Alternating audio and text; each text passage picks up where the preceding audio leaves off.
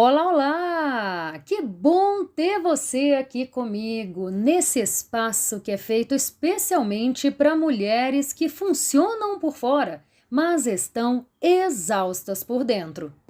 Hoje a gente vai falar sobre um caminho que parece simples, não necessariamente é fácil, mas muda tudo: o voltar para si. E o que isso realmente significa?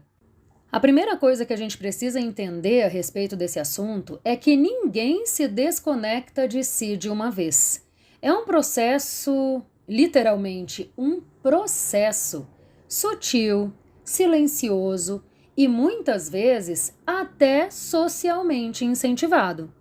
Por mais que, graças a Deus, já esteja sendo cada vez mais falado sobre a importância do autoconhecimento, a importância do autocuidado, da inteligência emocional, obviamente, nós ainda vivemos numa sociedade que supervaloriza o cansaço, o não ter tempo, o estar sempre ocupada.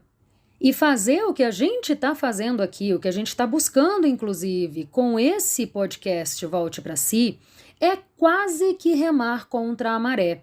Teve uma época da minha vida em que eu achava lindo dizer para as pessoas: não tenho tempo. Eu não consigo porque eu estou muito ocupada, né? Eu nunca tinha tempo para fazer nada. Hoje em dia, gente, sendo bem franca, quando acontece de eu virar para uma pessoa e falar eu não tenho tempo, ou quando eu percebo que eu tô deixando de fazer certas coisas que fazem sentido para mim, que são importantes, claro que essa parte é primordial, né? Mas quando eu percebo que eu tô sem tempo, isso me acende a luzinha de alerta, porque é preciso olhar para como eu tô vivendo a minha vida. E já tô comentando desta forma porque, da mesma forma que se desconectar de si é um processo, ele não acontece da noite para o dia. Voltar para si também não é um caminho automático e mesmo que você já esteja evoluída nesse processo ou chegue num ponto de estar bem conectada contigo mesma de novo, se você piscar, é capaz de você começar a se desconectar novamente. Até porque nós somos fruto do ambiente e nós vivemos num grande ambiente que é a nossa sociedade, que infelizmente ainda preza por essa desconexão. Como a gente vê essa influência da sociedade? Na rotina acelerada, onde tudo é urgente, tudo é para ontem e você vai só respondendo. No excesso de demandas, onde parece que sempre tem mais alguém precisando de você e você vai se colocando para depois. Na necessidade de corresponder, de ser boa profissional, boa mãe, boa esposa, boa em tudo. E aos poucos, você vai deixando de ser você. E talvez o mais perigoso aqui é que isso não é só normalizado, é incentivado. Pior até do que isso é que as consequências dessa desconexão pessoal não ficam somente na esfera pessoal, familiar. Isso extrapola para a própria sociedade em que a gente vive. A consequência é coletiva. Quando a gente olha para a nossa sociedade hoje, o que a gente vê? Pessoas extremamente produtivas e profundamente cansadas. Mulheres que dão conta de tudo, mas não sabem mais o que sentem. Aliás, muitas vezes nem se reconhecem. Relações superficiais, porque ninguém está realmente presente. Gente performando força e escondendo exaustão. A gente aprendeu a funcionar, mas não necessariamente a viver. E quando todo mundo está desconectado de si, a gente começa a chamar de normal o que, na verdade, é a ausência. Ausência de presença, ausência de escuta, ausência de verdade emocional. E isso não afeta só você. Isso afeta a forma como você se relaciona, como você trabalha, como você se posiciona. Porque uma pessoa desconectada de si aceita mais do que deveria, se cala quando precisava se posicionar, se adapta o tempo todo, vive no automático, sem questionar. E agora imagina isso em escala. Uma sociedade inteira de pessoas cansadas, desconectadas, tentando dar conta, sem nem saber por quê. Talvez você esteja sentindo isso, esteja se identificando com o que eu estou trazendo aqui, mas nunca antes conseguiu nomear. Essa sensação de estar vivendo, mas não completamente presente, ou seja, ao invés de vivendo, na verdade, é uma sensação de estar sobrevivendo aos dias.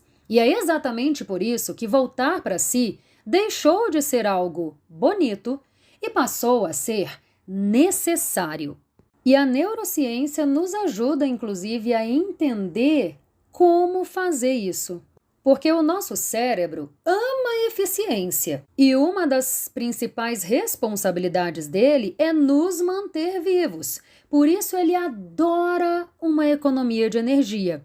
Por isso também ele está sempre observando onde ele pode deixar as nossas atitudes, os nossos comportamentos, o nosso dia a dia mais econômico energeticamente falando.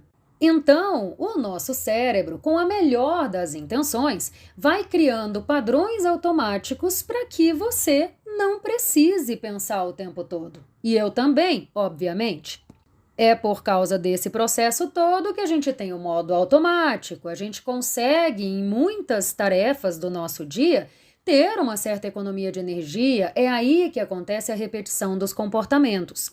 Quando eu compreendi essa questão, gente, isso revolucionou a minha forma de pensar e me trouxe inúmeras ferramentas, inclusive, para mudar coisas em mim que eu precisava mudar e até então eu não conseguia. Olha a importância do conhecimento e da gente ter consciência das coisas.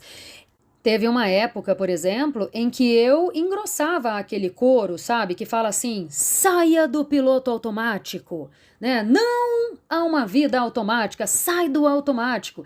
Inclusive, se você for ali, de repente, fuçar as minhas redes sociais, talvez você encontre algum post de anos atrás defendendo justamente essa ideia. Que bom que a gente está em constante evolução, que bom que nós somos eternos aprendizes, pelo menos é assim que eu me vejo. Hoje, eu, Laura, não defendo mais essa ideia, porque eu compreendi que lutar contra o piloto automático é praticamente dar um tiro no pé. É como você entrar num rio com uma correnteza fortíssima e ficar teimando em nadar contra a correnteza. O que eu estou querendo dizer com isso? O piloto automático, gente, ele existe e ele vai sempre existir. Só que ele não é o problema. O piloto automático, nosso modo automático de viver a vida, não é o problema. O problema é quando você só vive nele e mais do que isso. O problema real é quando você vive um piloto automático que não foi construído de forma consciente e intencional por você. Uma vez que nós somos seres de hábitos, e isso é necessário, tá? Até para a preservação mesmo da nossa vida e da nossa energia, porque imagina se tudo que você fizesse no dia a dia, você fizesse com plena consciência e intencionalidade. Imagina se cada movimento, cada atitude, cada gesto teu ao longo de um dia fosse absolutamente presente. Imagina o tanto de energia que a gente ia demandar com isso. Num dia, se eu tiver feito o cálculo aqui corretamente, nós temos 86.400 segundos.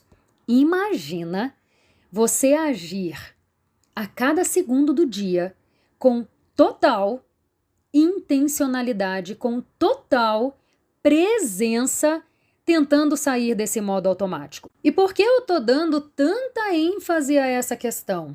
É para você entender, internalizar de uma vez por todas que o automático não é o problema, porque enquanto, é que nem a história da culpa que a gente falou no episódio anterior, enquanto eu ficar lutando contra o piloto automático, eu vou estar desperdiçando uma energia no lugar errado.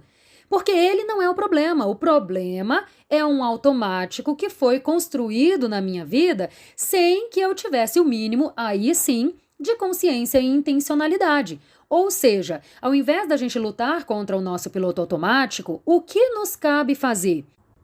Olhar para o nosso automático hoje e ver o que precisa ser mudado, o que não está bom, para aí sim entrar no processo, porque é um processo de criação do nosso novo automático, com mais consciência e intencionalidade.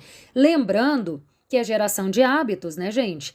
Nós temos hoje hábitos que muitos deles foram construídos ali desde a nossa infância, e aí a gente vai ter que acabar falando de novo sobre crenças, sobre o que a gente acredita internamente, sobre costumes que foram passados de geração em geração, enfim, claro que existe toda uma questão envolvida, mas o ponto principal a ser compreendido é o seguinte: da mesma forma que o nosso automático hoje, eu, Laura, por exemplo, estou com 42 anos.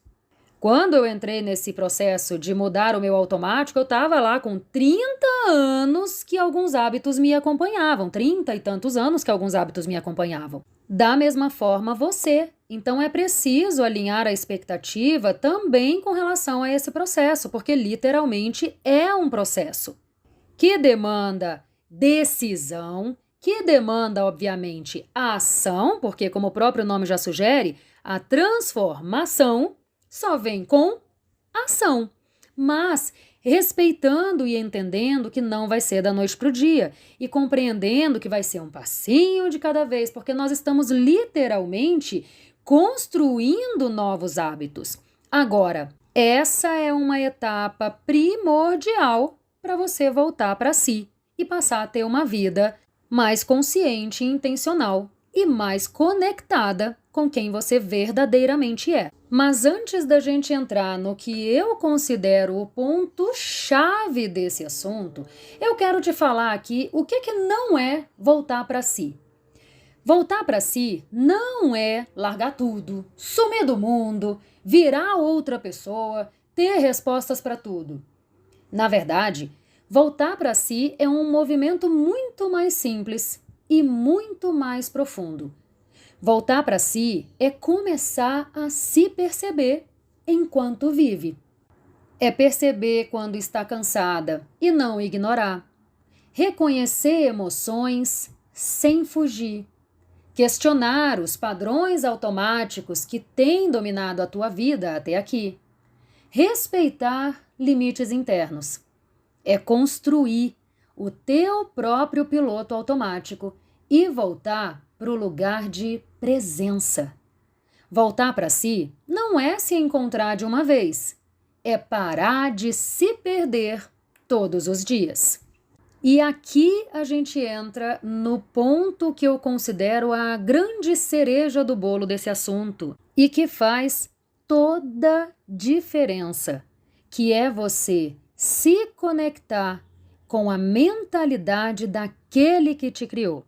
Passado todo o processo que eu, Laura, passei nessa volta para mim, eu desconheço forma mais eficiente e profunda do que adquirir a consciência verdadeira do que Deus pensa de nós. E esse assunto é tão delicado porque mesmo pessoas que acreditam em Deus, mesmo pessoas que praticam essa busca ativa, que leem a Bíblia, muitas vezes são cristãs, são seguidoras mesmo, leais de Jesus, estão se enganando sem perceber a respeito da sua verdadeira identidade em Cristo.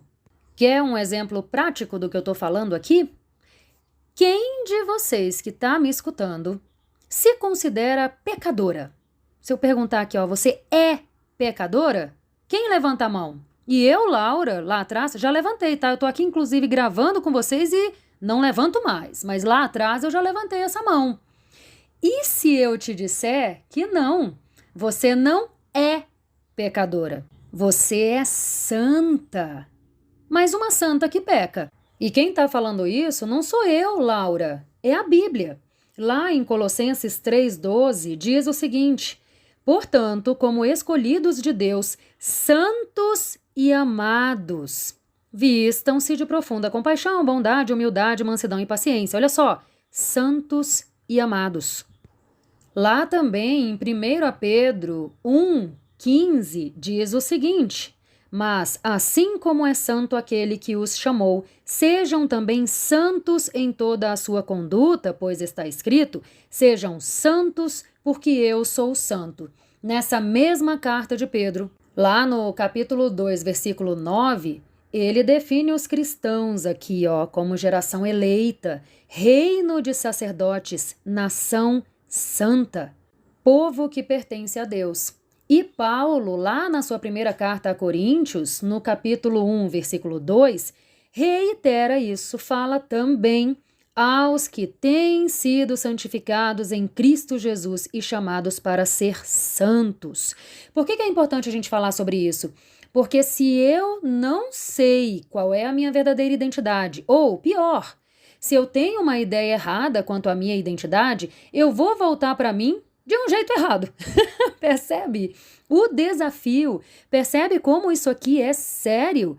E muitas pessoas, eu já fui uma dessa, tá, gente? Então eu não falo apontando o dedo, eu falo como quem teve a sua vida transformada quando entendeu onde estava a sua verdadeira identidade e compreendeu, inclusive, que identidade era essa. Porque se você diz que você é pecadora, entende que você está dizendo que está na tua identidade o pecado e não está. Você é santa em Cristo Jesus, mas uma santa que peca. Então sim, nós erramos, mas a minha natureza é santa. Nós fomos feitos à imagem e semelhança de Deus. Quer prova melhor do que essa? Deus não peca. A minha natureza não é de pecadora. Vamos a um outro exemplo aqui para você ver o impacto disso. Quem se considera, que eu vou falar especialmente para as cristãs ou para aquelas pessoas que amam a Deus mesmo, quem se considera serva de Deus, tá aqui para servir a Deus. E eu sei, gente, que algumas pessoas podem estar tendo coceira dessa minha pergunta, mas entra no processo aqui, acompanha o meu raciocínio. Você se considera serva de Cristo? Serva de Deus? Você está aqui nessa terra para servir a Deus? Deixa eu te mostrar o que a Bíblia fala sobre isso à luz do Evangelho da Graça. Lá em João, no capítulo 1, versículo 12, diz assim: contudo, aos que o receberam, aos que creem no seu nome, deu-lhes a autoridade de se tornarem filhos de Deus. Nós não somos servas, nós somos filhas. Quer mais uma passagem sobre esse assunto? Lá em Gálatas, no capítulo 4, versículo 7, fala assim: assim, você já não é escravo, mas filho, e por ser filho, Deus também o fez herdeiro. Enquanto você se considerar serva e pecadora, o volte para si vai voltar para um lugar estranho. Mas quando você entender que você não é pecadora, que você é santa, sim, que peca, ok, você é santa em Cristo Jesus, que erra, vai se arrepender, vai não peques mais, e que você é co-herdeira com Cristo, você é filha amada de Deus. É aí que o volte para si consegue ser verdadeiramente efetivo, transformador e revolucionário. Não é sobre perfeição, é sobre presença, porque você não se encontra correndo mais. Você se encontra quando desacelera o suficiente para se ouvir e para ouvir a voz do Espírito Santo direto falando ao teu coração. Talvez hoje você ainda não saiba exatamente como voltar para si, mas a partir desse episódio, talvez você já tenha percebido que não quer mais continuar distante. E isso já é um baita começo. Parabéns por isso. Sigamos juntas, mas se eu puder te deixar uma sugestão carinhosa, talvez o primeiro passo para você realmente voltar para si seja entrar em contato com a Palavra de Deus. A Bíblia é um verdadeiro manual de vida. E repito, não é sobre religião, não é sobre religiosidade. É o livro da vida realmente. E lá também tem tudo o que você precisa saber a respeito da tua identidade. Só toma cuidado para não interpretar errado esses ensinamentos e acabar achando que você é algo que você não é. Um dos objetivos, inclusive, desse podcast é ir trazendo essas sementinhas que revolucionaram a minha vida de verdade, gente, como eu sempre falo aqui, e eu tenho certeza que se você abrir o teu coração, tem o poder de revolucionar a tua vida também, te trazer uma leveza que é dos céus, que naturalmente, só na força do nosso braço, a gente não consegue ter. Te trazer um descanso que também a gente só consegue com Deus. Naturalmente, a gente não consegue ter esse descanso, essa paz que excede todo o entendimento. E se você quiser viver isso de forma prática, com acompanhamento, o Clã, o nosso clube de autocuidado da mulher, é um espaço onde essa fé leve acontece de verdade no dia a dia. Obrigada por estar aqui e lembre-se, volte para si. O mundo pode esperar alguns minutos.